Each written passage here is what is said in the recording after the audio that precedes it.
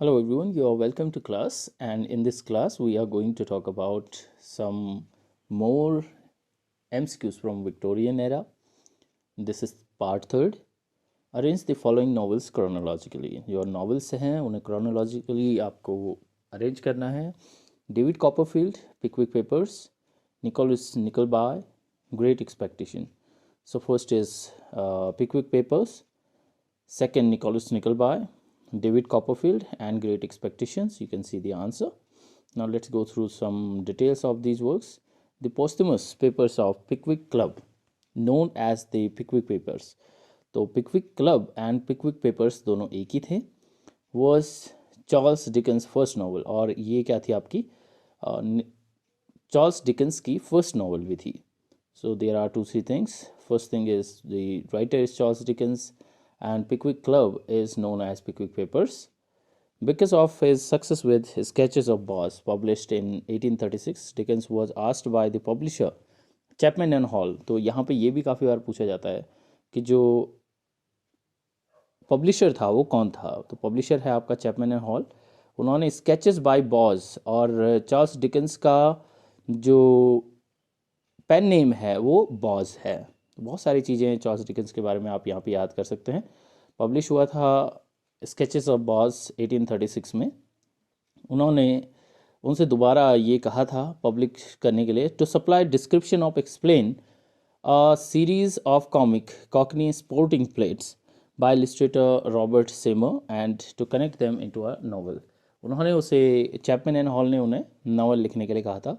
The book became Britain's first real publishing phenomena with bootleg copies, theatrical performances, and Weller joke books and other merchandise. Nicholas Nickleby.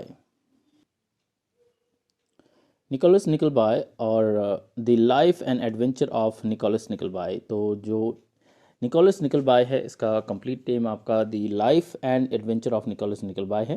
It's a novel by Charles Dickens, originally published as a series from 1838 to 1839. It was Dickens third novel, और जो Nicholas Nickleby है वो उनकी third novel है Dickens की. The story centres on the life and adventure of Nicholas Nickleby, a young man who must support his mother and sister after his father dies. यहाँ पे जो टोटल स्टोरी है वो निकोलस निकलबाय के adventures की है. David Copperfield. David Copperfield, this is the 8th novel of Charles Dickens. 8वीं novel थी. The novel's full title is the personal history, adventure, experience and observation of David Copperfield, the younger of the Blunderstone Rookery, which he never meant to publish on any account. काफ़ी बड़ा title था. It was first published as a serial in 1849-50, as a book in 1850, और जो David Copperfield publish हुई थी as a book ये आपकी 1850 में पब्लिश हुई थी, लेकिन 1849-50 में ये एक सीरियल की तरह पब्लिश हुई थी. Great expectation. ग्रेट एक्सपेक्टेशन ये 13th नावल थी चार्ल्स डिकेंस की, और इसमें निक नाम का एक कैरेक्टर है जिसके बारे में टोटल स्टोरी है, and his short name is pip, and this is a kind of buildings Roman. Buildings Roman जहाँ पे कि जो कैरेक्टर होता है उसका साइकोलॉजिकल डेवलपमेंट दिखाया जाता है. उस नावल को हम बिल्डिंग्स रोमन कहते हैं. It is Dickens second novel. ये सेकेंड नावल है after David Copperfield, to be fully narrated in the third person में नैरेट की गई है. The novel was first published as a serial in Dickens weekly periodical all the year round. ये सबसे पहले all the year round में publish हुई थी. Chapman and Hall published novel in 3 volumes, और 1861 में ये एज अ वॉल्यूम इसको पब्लिश किया गया था. वॉल्यूम में इसे पब्लिश किया गया था. 52. Which of the following poems by Alfred Tennyson begins with the words long lines of cliff breaking? तो ये जो कोटेशन है long lines of cliff breaking ये किस में है? तो ये इनॉक आर्डन में है. Enoch Arden is a narrative poem published in 1864. तो इसे पब्लिश किया गया था 1864 में during his tenure as England's poet laureate, और उस टाइम वो पोइट लॉरेट्स भी थे. The story on which it was based was provided to Tennyson by Thomas Woolner, और जो इनॉक आर्डन जो पोएम थी इसकी जो स्टोरी थी वो थॉमस वुलनर ने उन्हें बताई थी. In which of society does Arnold place himself in culture and anarchy. तो यहाँ पे जो अर्नोल्ड है, थॉमस अर्नोल्ड, उन्होंने खुद को अपनी बुक कल्चर एंड अनार्की में खुद को किस कैटेगरी में रखा था? So he calls himself barbarians. Next is The Cry of the Children is a poem against child labor written by, तो child The Cry of the Children ये किसकी पोएम है? और इसकी जो थीम है वो चाइल्ड लेबर है, and it was by Elizabeth Barrett Browning. The Cry of the Children is a poem by English writer Elizabeth Barrett Browning, as we saw it. It examines child manual labor forced upon them by their exploiters. It was published in August 1843. 1843 में Blackwood magazine में publish हुई थी। George Meredith, English poet and novelist, lived during the, जो George Meredith थे वो किस period में novelist हुए? And he was poet as well. So it was Victorian period. The everlasting no and everlasting year are characters in, ये किस में character है? ये सार्टस रिजार्टस में है। एंड सार्टस रिजार्टस का मीनिंग भी पूछा जाता है। इसका मतलब होता है टेलर रिटेलर्ड। ये 1836 में नॉवल थी बाय थॉमस कैलिल। इसे थॉमस कैलिल ने लिखा था। The book of snob was written by, जो बुक ऑफ स्नॉब है वो किसने लिखी है? It was by William Makepeace and William Makepeace Thackeray. The Book of Snob is a collection of satirical work by William Makepeace Thackeray, published in book form in 1848, the same year as his more famous Vanity Fair, और उन्होंने इसे publish किया था 1848 में। The sonnet sequence The House of Life was written. ये जो House of Life है ये sonnet sequence किसने लिखा था? It was by D.G. Rossetti. Gabriel Charles दांते रॉसेटी, जनरली नोन एज दांते गैब्रियल रॉसेटी, इनके बारे में हम ऊपर काफ़ी पढ़ चुके हैं। ये प्री रैफेलाइट ब्रदरहुड से जुड़ी हुई थी और इन्होंने जो फॉर्म किया था वो William Holman Hunt and John Everett Millais के साथ मिलकर प्री रैफेलाइट ब्रदरहुड को फॉर्म किया था 1848 में। इसमें they were sitting at the home of Holman. उस टाइम में हॉलमैन के घर में थे and they founded it. The historical novel Lorna Doone was written by, जो लॉर्ना डून है वो किसने लिखी थी? It was written by Richard Blackmore. Richard Blackmore की है Lorna Doone. Lorna Doone romance of Exmoor is a novel by English author Richard Doddridge. Blackmore published in 1869। यहाँ पे लॉर्ना डून जो है वो क्या है आपका? एक रोमांस, मीन्स उसका जो सेकंड नेम है वो है आपका अ romance of Exmor.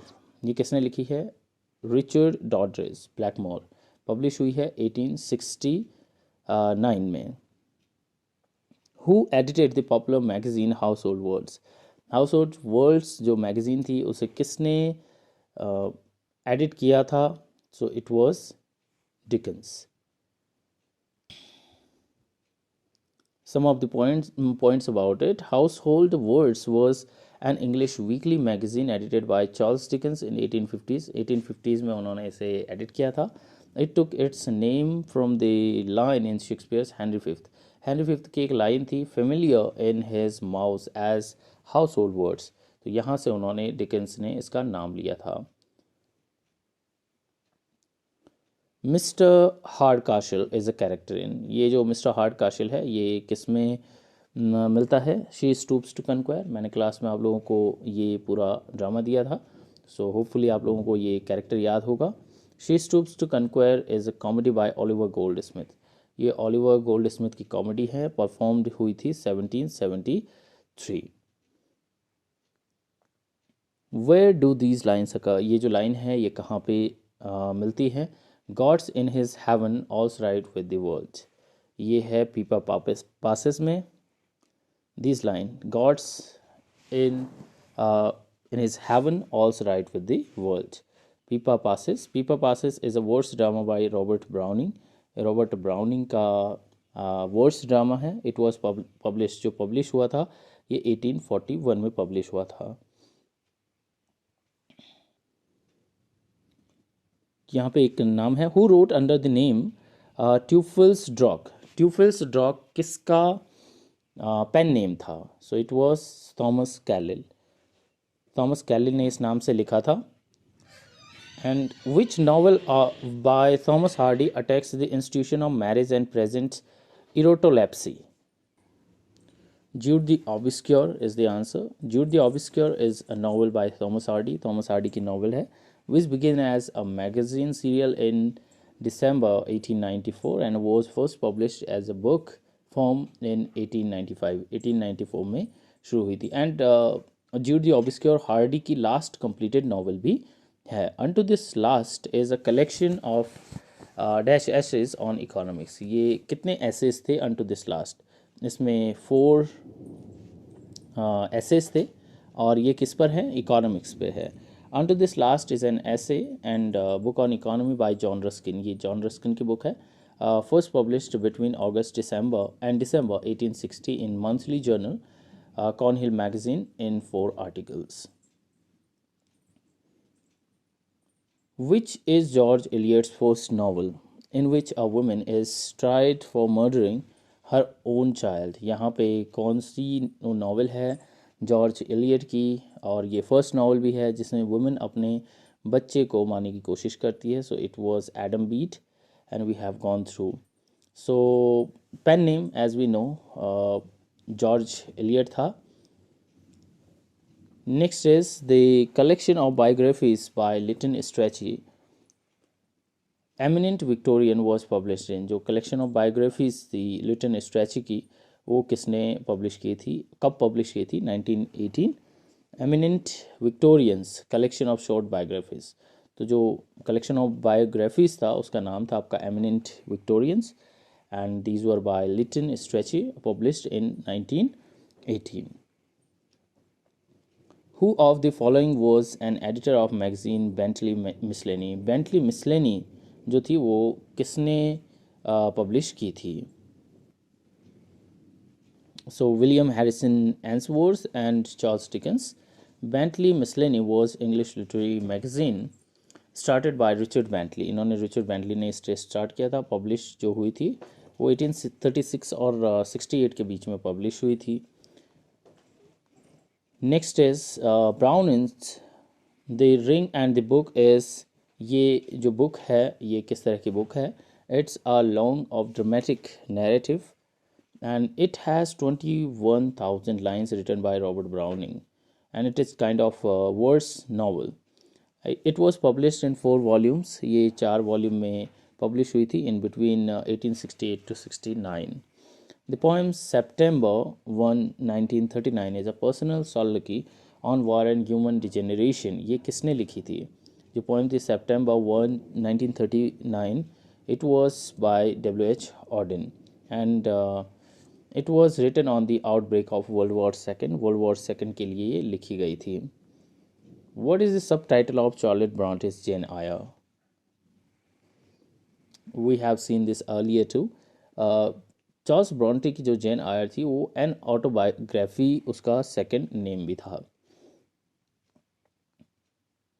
N ideal husband और a woman of no importance by Oscar Wilde are they. ये जो वर्क था an ideal husband and a woman of no importance, ये जो वर्क्स थे ये क्या थे? तो ये आपके क्या हैं? ऑस्कर वाइल्ड के सटायर्स थे. Shirley by Charlotte Bronte as a portrait of. ये किसके बारे में था? शर्ली जो है वो आपका एलिजाबेथ के बारे में है. The title of the novel Vanity Fair. जो वैनिटी फेयर था वो कहाँ से लिया गया था ये title? It was taken from Bunyan's Pilgrim progress. जो बनियन का पिलग्रिम्स प्रोग्रेस था इस वर्क से ये लिया गया था. Here you can go through these details. It is sometimes considered the principal founder of the Victorian domestic novel. तो इसको प्रिंसिपल फाउंडर भी माना जाता है विक्टोरियन डोमेस्टिक नॉवल का. And the story is framed as a puppet play. ये puppet play की तरह इसको फ्रेम्ड किया गया है. And the narrator despite being an authorial voice is someone unreliable. Rugby Chapel by Arnold is written on the death of his father. तो Rugby Chapel उन्होंने किसके लिए लिखी थी? अपने फादर की डेथ पर लिखी थी, Rugby Chapel by Arnold. This poem is an elegy written by Matthew Arnold. जो ये रग्बी चैपल है ये आपका क्या है, एक एलिजी थी जो कि उन्होंने अपने फादर थॉमस अर्नोल्ड के बारे में लिखी थी। Thomas Arnold was an English poet and critic who worked as school inspector.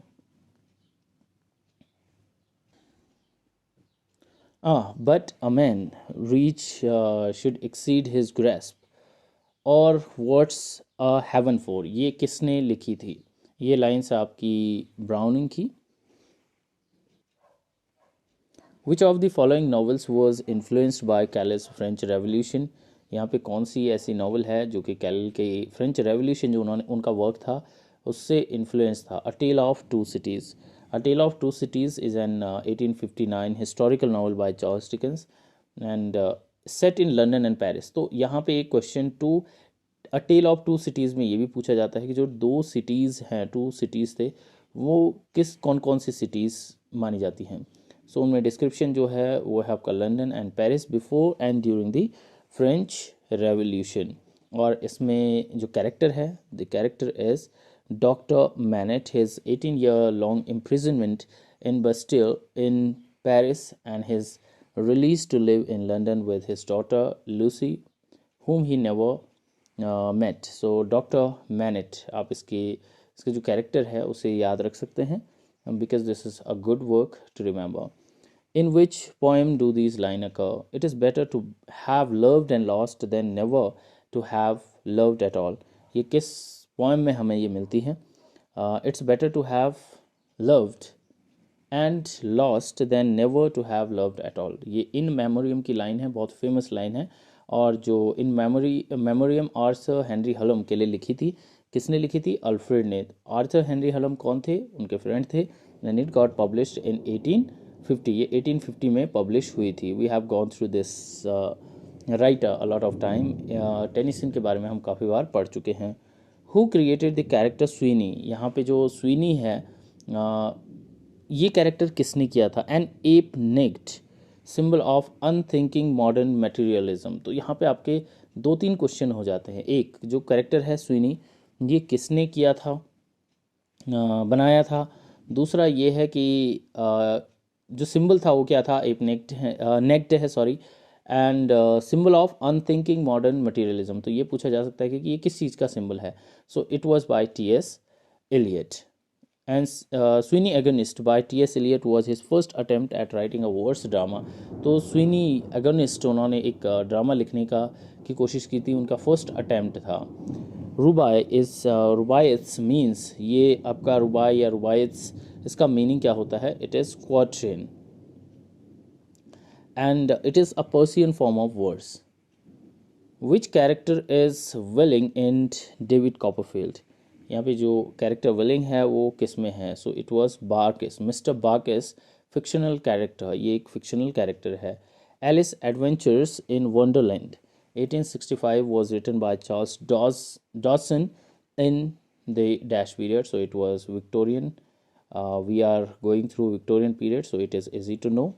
Which character in Oliver Twist is called the artful dodger?